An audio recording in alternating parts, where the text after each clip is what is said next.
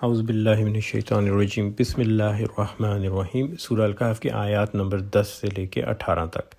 اس سے پہلے کہ ہم انشاءاللہ آیات کی تلاوت شروع کریں، میں آپ کو بتانا چاہوں گا کہ یہاں پر اصحاب کہف کی جو کہانی ہے اس کو اللہ تعالیٰ نے پہلی 3 آیات 10، 11، 12 میں انتہائی اختصار کے ساتھ بیان کر دیا اور 3 حصوں میں بیان کیا۔ تو آیت نمبر 10 میں بیان کیا کہ اصحاب کہف کون تھے اور ان کا ایمان کیا تھا۔ آیت نمبر 11 میں بتایا کہ یہ کس طرح سو گئے جا کے غار میں، اور آیت نمبر 12 میں بتایا کہ ان کے اٹھنے کے بعد پھر کیا ہوا۔ تو بہت مختصر کر کے بتایا۔ اس کے بعد کی آیات میں پھر ان کی تفصیلات ہے۔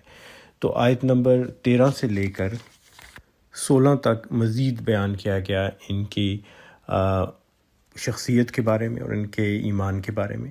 16 سے لے کے 18 تک بیان کیا گیا کہ غار کے اندر وہ کیسے سوئے اور کیا کیا ہوا، اور اس کے بعد 18 سے لے کر 26 تک اللہ تعالیٰ جو ہیں وہ بتاتے ہیں کہ ان کے جاگنے کے بعد کیا ہوا۔ تو آیت نمبر 10 سے شروع کرتے ہیں۔ بسم اللہ الرحمن الرحیم۔ اذ اول الفتیۃ الی الکہف فقالوا ربنا آتنا من لدنک رحمہ ربنا آتنا من لدنک رحمۃ وہیئ لنا من امرنا رشدا۔ جب وہ چند نوجوان، اور یہاں لفظ فتیہ یوز ہوا ہے، وہ غار میں پناہ گزین ہوئے اور انہوں نے کہا اے پروردگار ہم کو اپنی رحمت خاص سے نواز اور ہمارا معاملہ درست کر دے۔ فضربنا علی آذانہم فی الکہف سنین عددا، آیت نمبر 11۔ تو ہم نے انہیں اسی غار میں تھپک کر سال ہا سال کے لیے گہری نیند سلا دیا۔ یا ضربنا علی آذانہم کا مطلب یہ بھی ہے کہ ان کی سماعت کو کم کر دیا۔ آیت نمبر 12۔ ثم بعثناہم لنعلم ای الحزبین احصی لما لبثوا امدا۔ پھر ہم نے انہیں اٹھایا تاکہ دیکھیں کہ ان کے 2 گروہوں میں سے کون اپنی مدت قیام کا ٹھیک شمار کرتا ہے۔ یہ تو پوری کہانی کا خلاصہ ہو گیا 3 آیات میں۔ اب آیت نمبر 10 کی تشریح ہے اگلی آیات میں، تو سنیے۔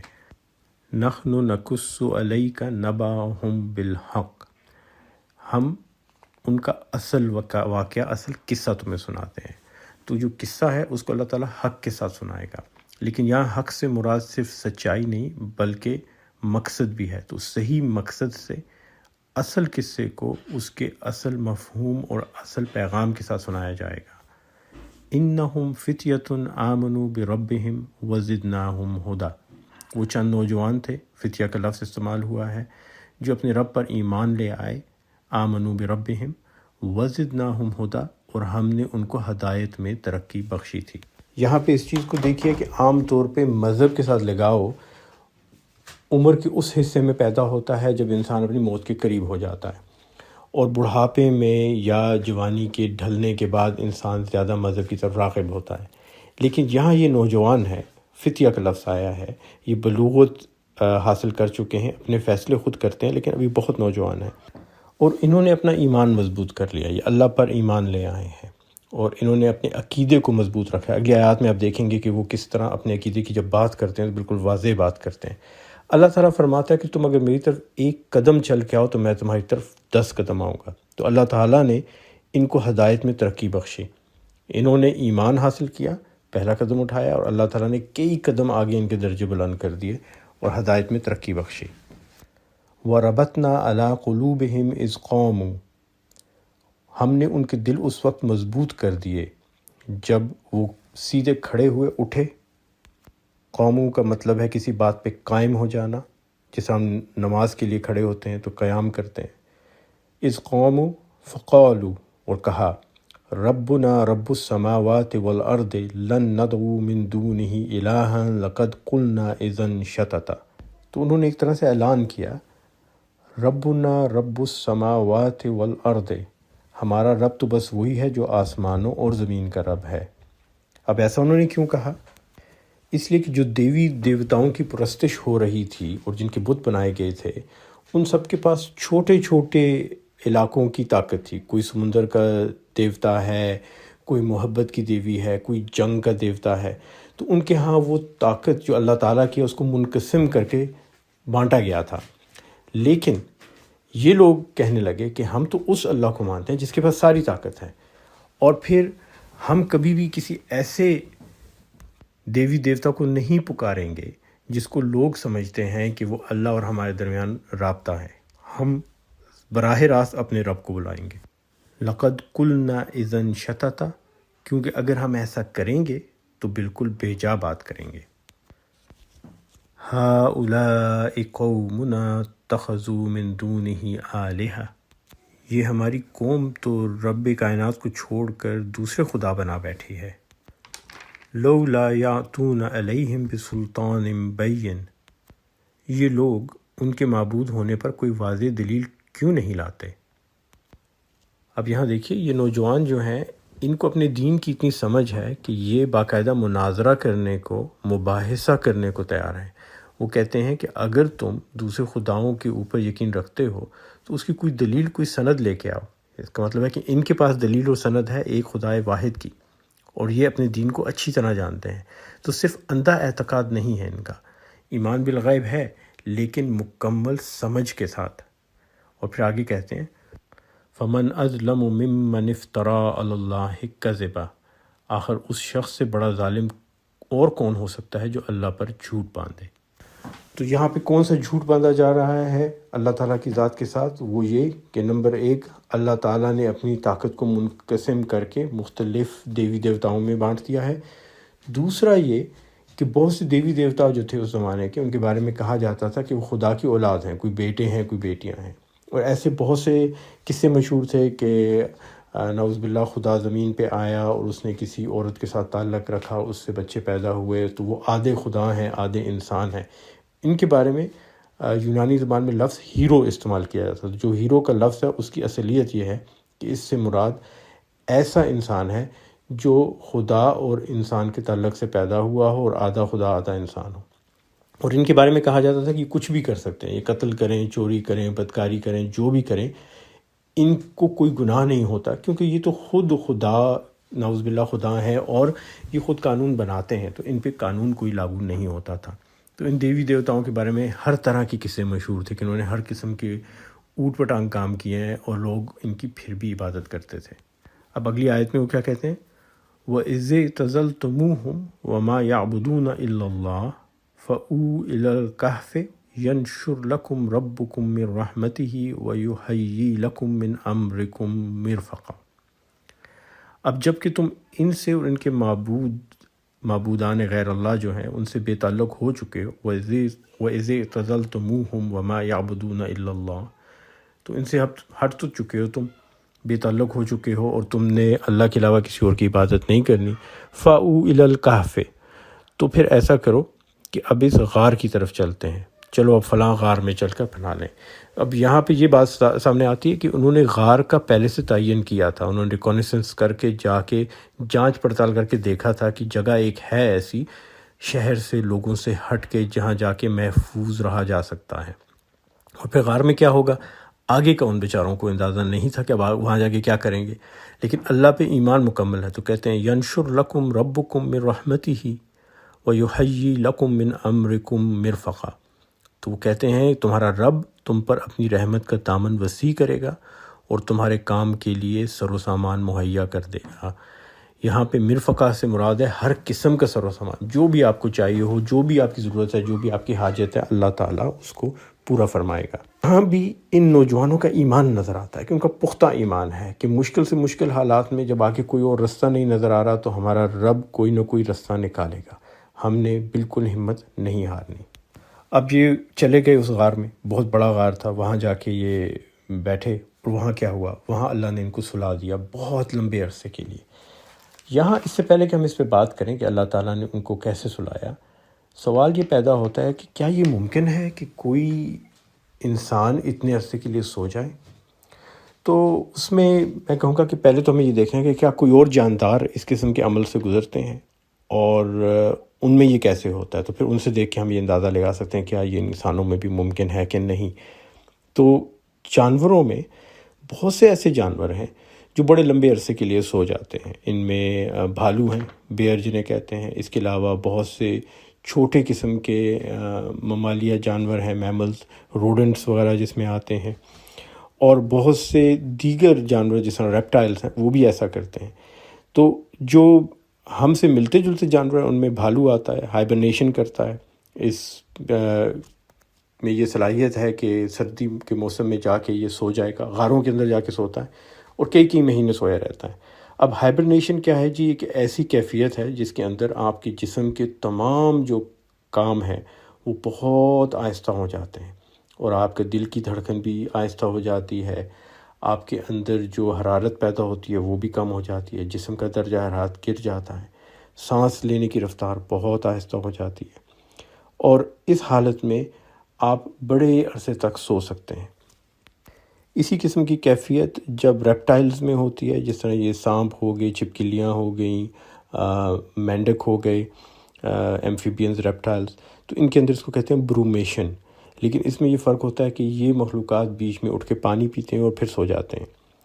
دیگر مخلوقات میں جس طرح کے چوہے ہیں اور اس کے علاوہ چمگادڑے ہیں، ان کے اندر بھی اس قسم کی کیفیت طاری ہوتی ہے، لیکن مختصر عرصے کے لیے. اس کو ٹرپور کہتے ہیں، TURPOR.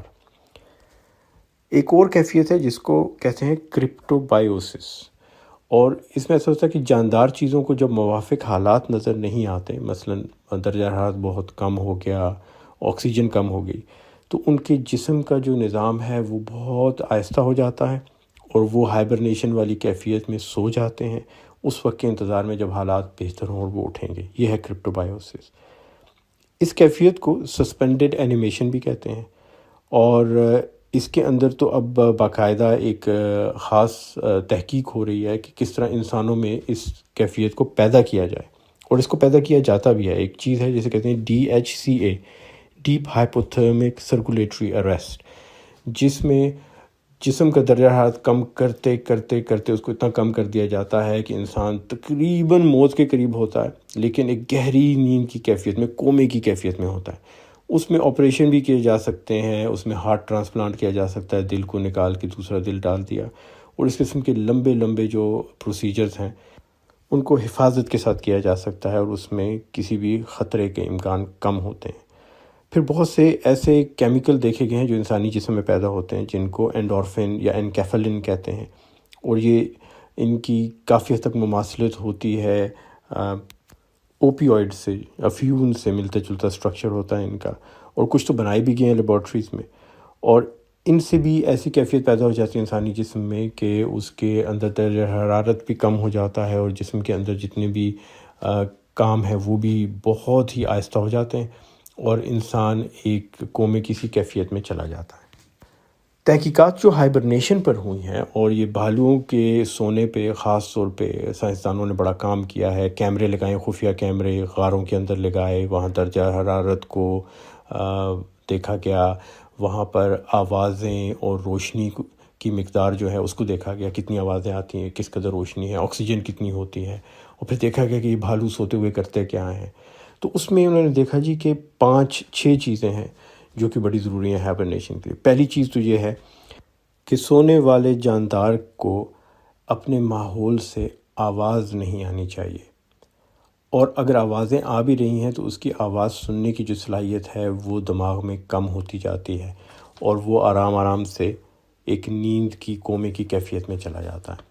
اور یہ عام تجربہ بھی ہے کہ ہم جب سونے لگتے ہیں تو ہمارے سننے کی صلاحیت کم ہو جاتی ہیں، ہمیں آوازیں دور ہوتی نظر آتی ہیں، ہم سو جاتے ہیں، اور اگر بہت اونچی آواز آئے تو ہم ایک دم ہڑبڑا کے جاگ بھی جاتے ہیں. تو یہ تو پہلی صورت ہوگی کہ آواز نہیں آنی چاہیے، خاموشی کا ماحول ہونا چاہیے. دوسرا یہ کہ روشنی نہیں ہونی چاہیے. روشنی آپ کی آنکھوں پہ جب پڑتی ہے، آنکھیں بند بھی ہوں، تو آپ کے ذہن میں جو جاگنے والے حصے ہیں، کنٹرول کرنے والے حصے، وہ بیدار ہو جاتے ہیں اور آپ کو بھی بیدار کر دیتے ہیں. تیسرا، جگہ ٹھنڈی ہونی چاہیے، اور جتنی ٹھنڈک ہو اتنا ہی بہتر ہے، کیونکہ اس سے جسم کے اعضاء محفوظ رہتے ہیں ٹھنڈ میں. گرمی کی حالت میں جسم کے اعضاء جو ہیں ان میں خون کا دورہ زیادہ ہوتا ہے، اور بندے کے بیدار ہونے کی امکانات زیادہ ہوتے ہیں.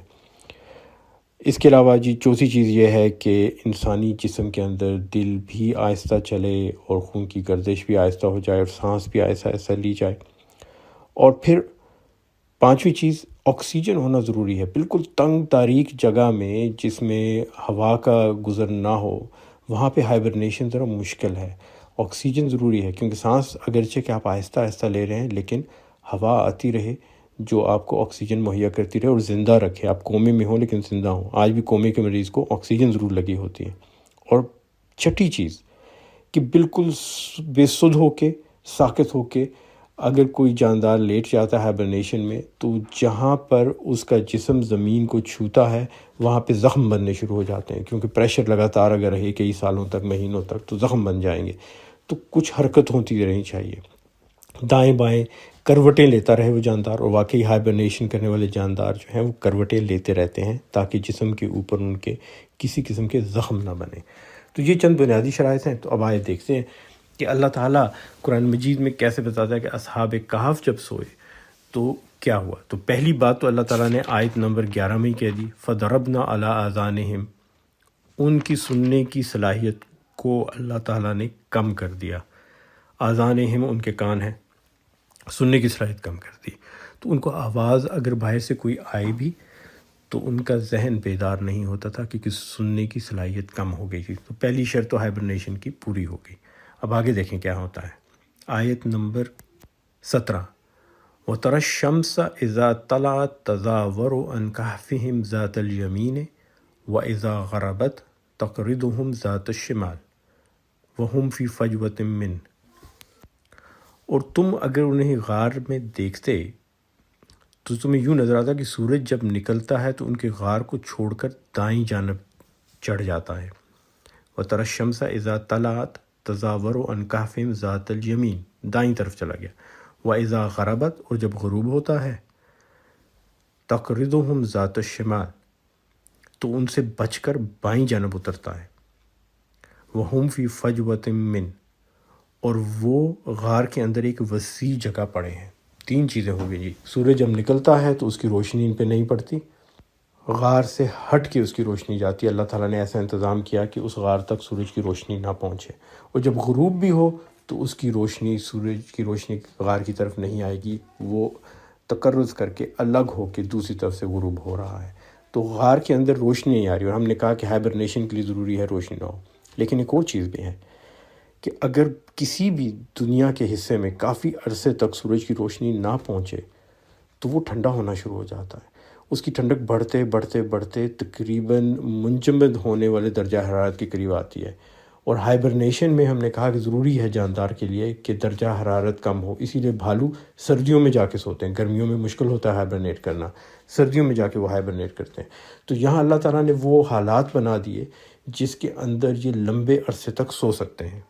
اور اگلی بات پہ بھی غور کیجیے گا، وَهُمْ فِي فَجْوَةٍ مِّنْ، اور وہ درمیان میں کھلی جگہ میں لیٹے ہوئے ہیں، تنگ غار نہیں ہیں. تو کھلی جگہ کا کیا فائدہ کہ ہوا گردش کر رہی ہے، آکسیجن مل رہی ہے، وہ آہستہ آہستہ سانس لے رہے ہیں اور آکسیجن انہیں مل رہی ہے، اس میں کوئی کمی واقع نہیں ہو رہی. تو وہ کومے کی سی کیفیت میں، گہری نیند کی کیفیت میں تو ہیں لیکن زندہ ہیں. ذَلِكَ مِنْ آیات اللہ، یہ اللہ کی نشانیوں میں سے ایک ہے.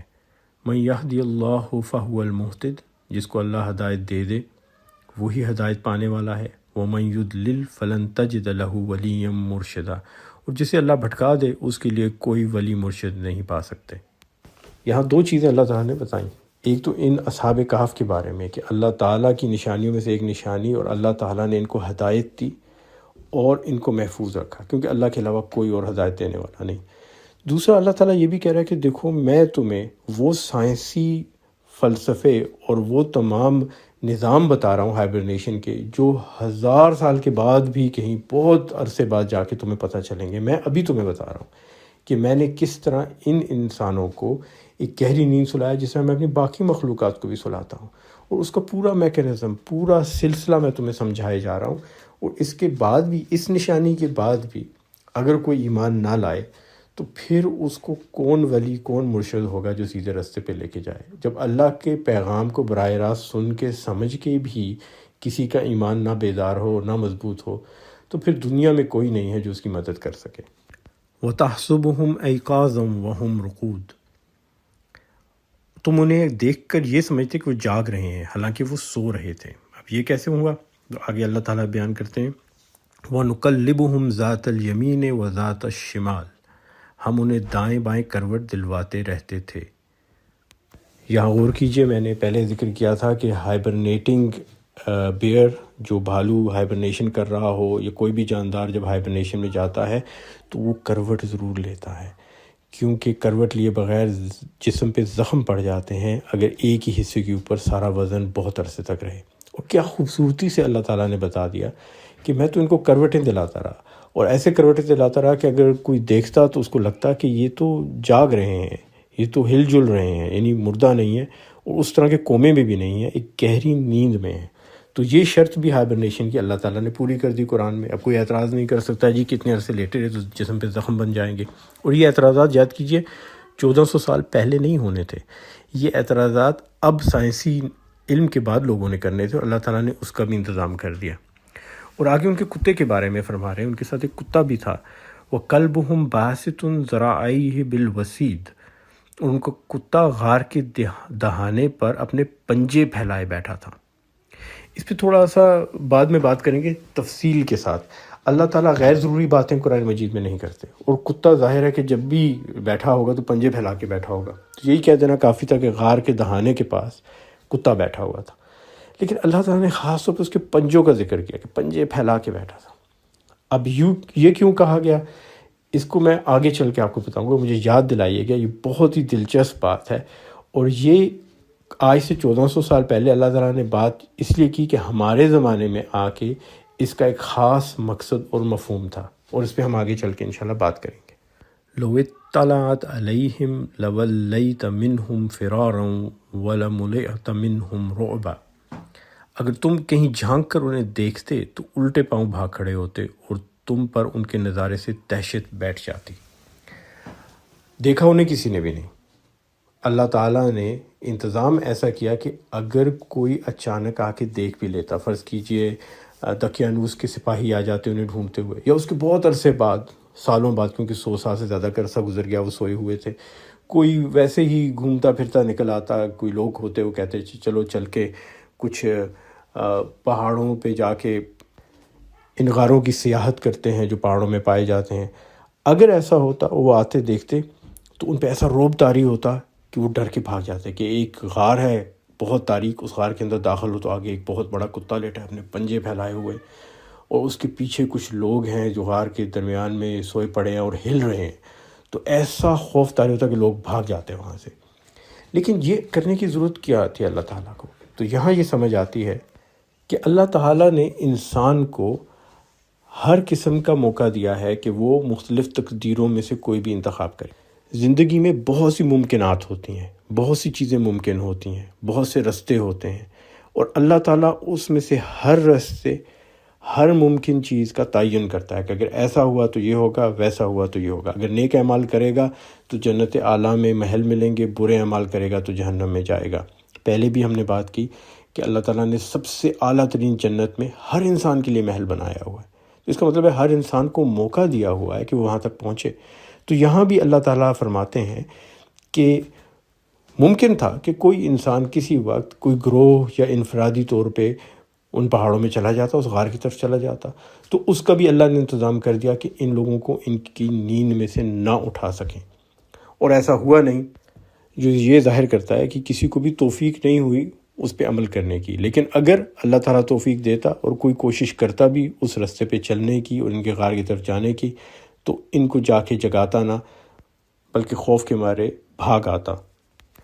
انشاءاللہ تعالیٰ باقی آیات کو ہم کل بیان کریں گے اور دیکھیں گے کہ ان کے جاگنے کے بعد کیا صورتحال پیدا ہوئی اور کیا کیا معاملے بنے اور لوگوں کے اندر کیا کیا اختلاف رائے ہوا۔ اور کل ہی کے معاملے میں انشاءاللہ ہم یہ بھی دیکھیں گے کہ ان کے کتے کے بارے میں جو قرآن مجید میں ذکر آیا ہے وہ اتنی فصاحت سے کیوں آیا، اس کے بیٹھنے اور پنجے پھیلانے کا، اور اس کی کیا اہمیت ہے، اور یہ بھی کہ اس کہانی سے ہمیں سبق کیا حاصل ہوتا ہے۔ تب تک کے لیے اجازت دیجیے، دعاؤں میں سب کو یاد رکھیے گا۔ سننے کا بہت بہت شکریہ۔ السلام علیکم ورحمۃ اللہ وبرکاتہ۔ دعوت چینل کو دیکھنے اور سننے کا بہت بہت شکریہ۔ اللہ تعالیٰ آپ کو اس کا دنیا اور آخرت میں اجر عطا فرمائے، آمین ثم آمین۔ ہماری ساری ٹیم کا میں خاص طور پہ مشکور ہوں، اور درخواست کروں گا کہ ان کے لیے خصوصی دعا کریں، خاص طور پہ آئی ٹی ٹیم کے لیے جنہوں نے بہت محنت سے یہ ویڈیوز اور گرافکس بنائے ہیں، اور ایک بہت خاص دعا کی اور اجر کی جو ہے التجا اس شخصیت کے لیے جس کے کہنے پہ یہ چینل شروع کیا گیا اور جس کی خواہش پہ اور رہنمائی میں اس کا آغاز کیا گیا۔ کچھ مصلحتوں کی وجہ سے ان کا نام نہیں لے سکتا میں اس وقت، لیکن آپ سے درخواست ہے کہ خاص طور پہ ان کے لیے دعا کریں، اور اس بات کی دعا کریں کہ ہم سب لوگوں کو اللہ تعالیٰ اس چینل کے ذریعے اور دعویٰ کے اس کام کے ذریعے دنیا اور آخرت میں اپنے قریبی لوگوں میں شامل فرمائے اور دنیا آخرت میں کامیابی عطا فرمائے۔ آمین ثم آمین۔